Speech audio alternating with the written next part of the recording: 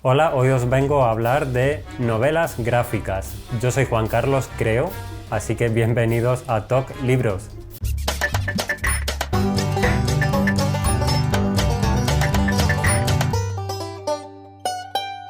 A ver si sé resumir un poco la historia del porqué de este vídeo. Mi mujer, la marida, ella sí que lee novelas gráficas alguna vez, de hecho inspirada por una amiga suya, Eugenia, que es ilustradora, que por cierto hace unas ilustraciones preciosas. Y bueno, ella ha intentado que yo lea alguna novela gráfica, alguna vez lo ha conseguido. Tampoco es que ella sea tan asidua, pero sí que de vez en cuando lee alguna. La cosa es que el otro día vimos los dos el vídeo de Marta de Empieza por leer, en el cual hablaba o hacía un repaso de varios cómics o novelas gráficas que quiere leer, y coincidió con que yo estaba leyendo en ese momento Mariquita de Juanito Libritos y me tocaba ir a devolverlo a la biblioteca y nada, la intención era ir únicamente a devolver esta novela gráfica de Juan. ¿Qué pasó? Pues que entramos, visitamos la zona de cómics y novelas gráficas y nos volvimos con la friolera de 18 libros.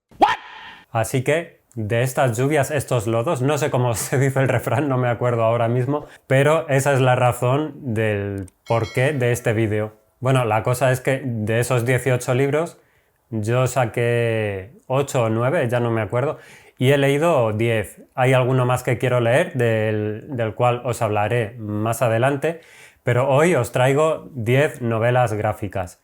Una pequeña acotación es que, por ejemplo, Marta en su vídeo lo llama cómic, yo lo estoy llamando novelas gráficas y bueno, yo soy bastante neófito en esto, así que pido perdón si estoy metiendo la pata. Me he puesto a buscar ligeramente por internet y las diferencias que he encontrado es que al cómic le llaman cuando es una publicación corta, que suele ser periódica, lo que aquí antiguamente llamábamos tebeos, y eso que suele venir engrapado de pocas páginas y sale cada semana, cada 15 días, cada mes, no lo sé.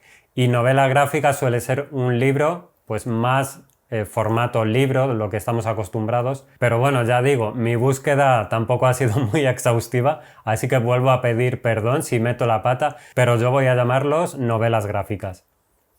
Voy a ir hablando brevemente de ellas para que no quede un vídeo demasiado extenso y lo voy a hacer en el orden de lectura. La primera novela gráfica que leí es la única que no tengo ahora mismo físicamente porque esta la leí directamente en la biblioteca.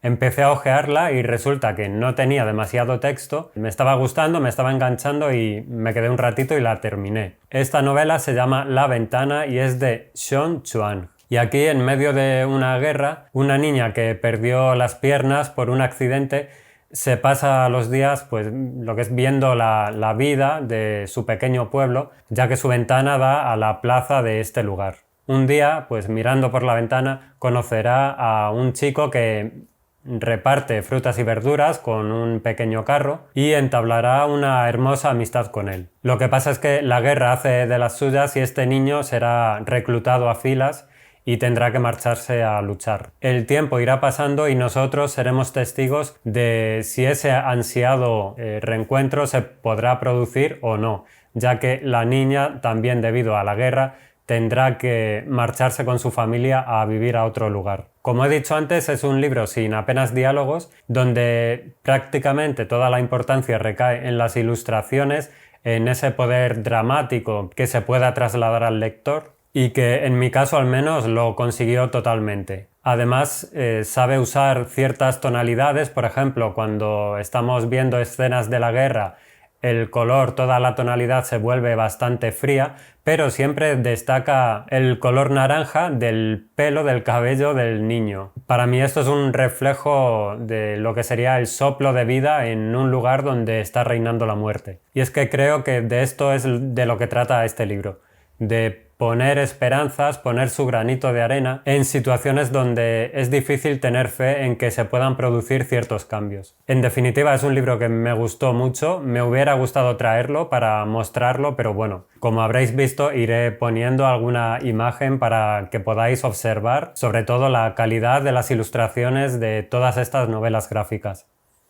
La segunda novela gráfica que leí es de un autor al que ya he visitado, no en su casa obviamente, me refiero a otro libro suyo, y es concretamente Arrugas de Paco Roca. Esta es una historia conmovedora donde las haya, donde vamos a encontrar a Emilio, que es un hombre que está entrando en la tercera edad y comienza a sufrir los estragos del Alzheimer. Debido a ello, su familia, un tanto fríamente, lo interna en una residencia donde pueda ser cuidado. En esta residencia pues vamos a descubrir diversas situaciones, diversas anécdotas. Vemos cómo Emilio trabará amistad con varios de los internos, sobre todo con Miguel, que será el encargado de enseñarle todo el centro y que podríamos catalogar como el segundo protagonista, ya que Miguel es un hombre un tanto descreído, muy despegado en general con la gente, ya que él cree que si no le tiene cariño a nadie puede evitarse mucho sufrimiento. Pero no nos vamos a engañar. Por muchos toques cómicos que vayamos encontrando, estamos ante una obra de alta intensidad dramática que nos va a poner en nuestro lugar a base de golpes de realidad. Yo creo que es difícil, por no decir casi imposible,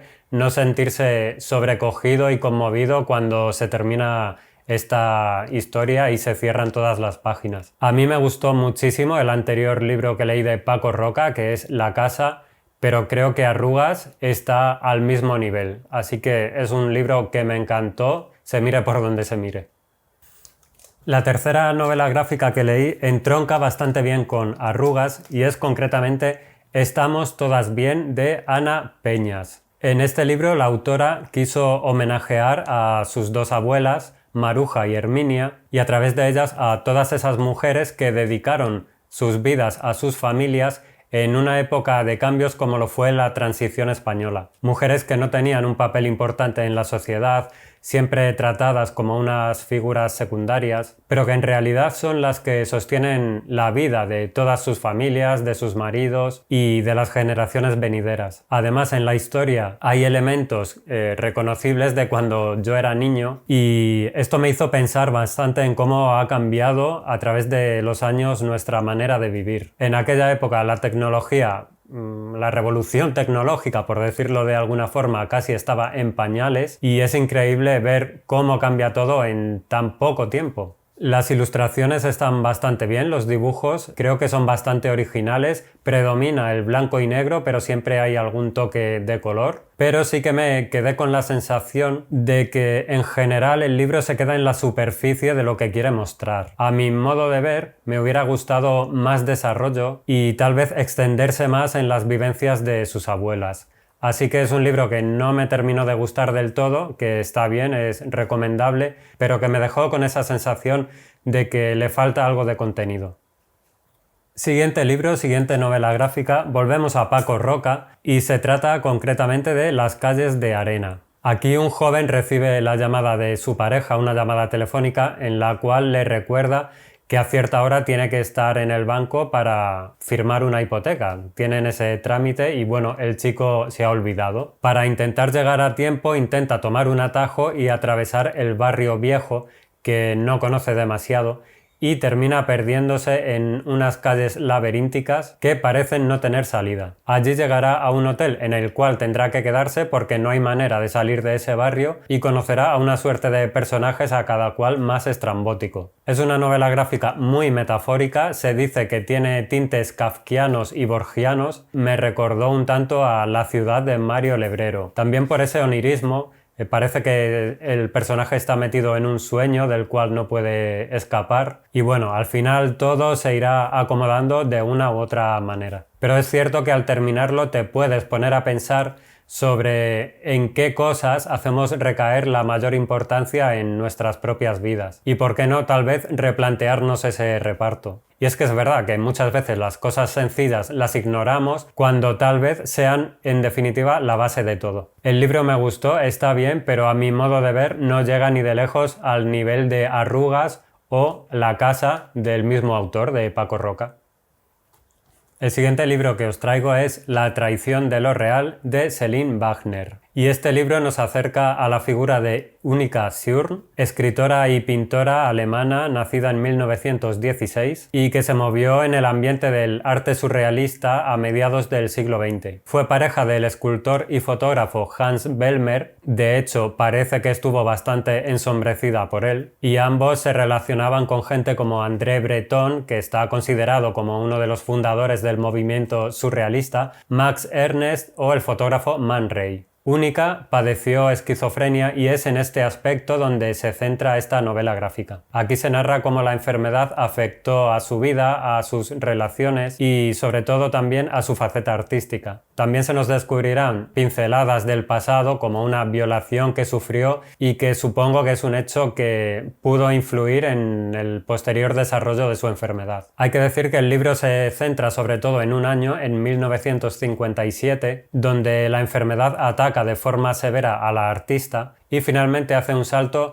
hacia el año en que Unica Thürn decidió poner fin a su vida. Es interesante cómo las tonalidades de color en este libro van cambiando según la situación. Por ejemplo, cuando Unica está internada en un hospital hay un tono azulado, frío, casi gélido. También parece que el color rojo es el que representa mayoritariamente a Unica y en general las ilustraciones me gustaron bastante. Al final del libro la autora incluye bastantes notas, también dibujos de la propia Unica Thürn y algunos de los poemas anagrama o anagramáticos que esta mujer escribió. Por cierto, os comento que hay un par de novelas escritos por Unica Thürn que tienen muy buena pinta y bueno, ya les tengo echado el ojo. En definitiva, me ha parecido un libro interesantísimo que me ha descubierto a una mujer, a una artista que desconocía y que muestra algo que me interesa mucho, que es el arte realizado desde una enfermedad que altera la percepción de los sentidos. Venga, vamos con la siguiente y es concretamente Tú me has matado, de David Sánchez. Este libro es muy raro y creo que la editorial Astiberri, que es quien lo publicó, lo define bastante bien en la contraportada, que dice: asesinatos misteriosos, sheriffs corruptos, misioneros evangélicos, alucinaciones persecutorias, turbio e inquietante. Pues sí, este libro es eso y mucho más.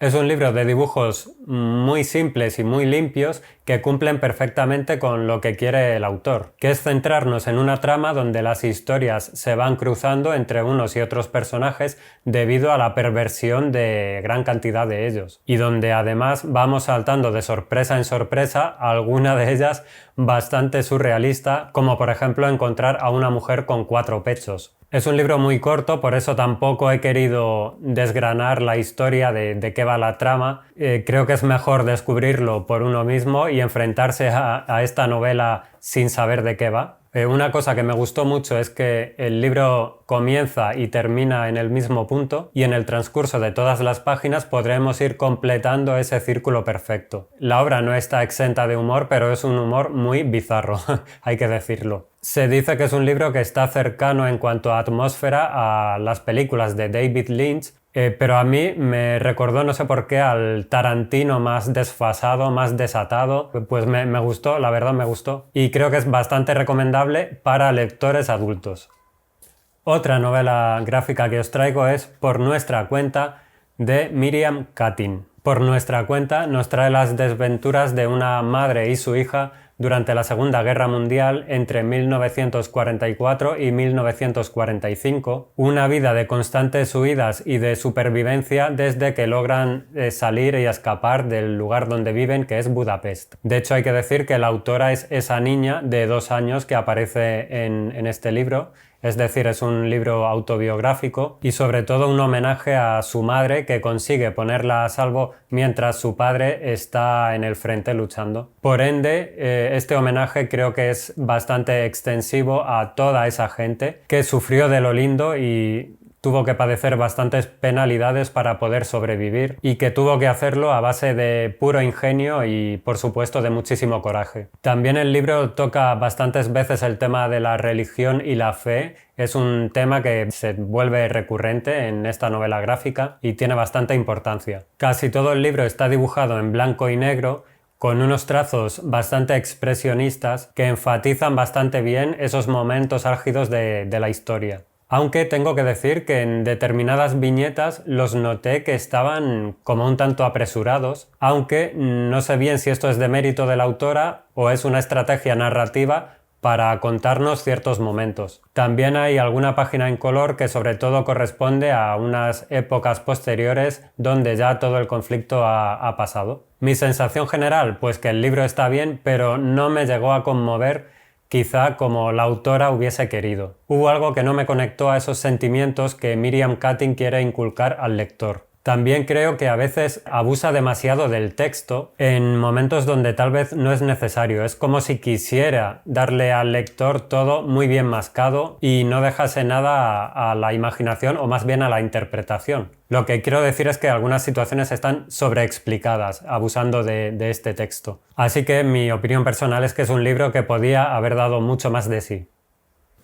El siguiente libro que leí entronca también un poco con la historia de la novela anterior y es concretamente Jan Karski, el hombre que descubrió el Holocausto, de Marco Rizzo y Lelio Bonacorso. Este es un libro también basado en una historia real. Jan Karski es el nombre que adoptó Jan Kosielewski, perdonadme que lo leyera pero no me acordaba bien y no sé bien cómo se pronuncia, quien llegó a ser prisionero de los rusos y de los nazis, torturado brutalmente por la Gestapo y siendo testigo de los horrores de los campos de concentración alemanes. Curiosamente, en 1942 pudo exponer todo lo que él había visto y vivido a los gobiernos polacos, británico y estadounidense, topándose sin embargo con la incredulidad como respuesta. Al contrario que con la novela anterior, por nuestra cuenta, aquí el texto no sobra en ningún momento y además nos vamos a encontrar con unas viñetas mudas con una tremenda expresividad y dramatismo. Me gusta mucho la manera de dibujar de Marco Rizzo, es un estilo que encontré muy detallado y sobre todo muy agradable a la vista. Aunque es cierto que muchas de estas viñetas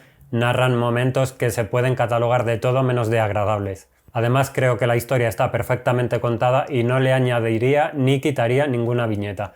Para mí un libro muy recomendable.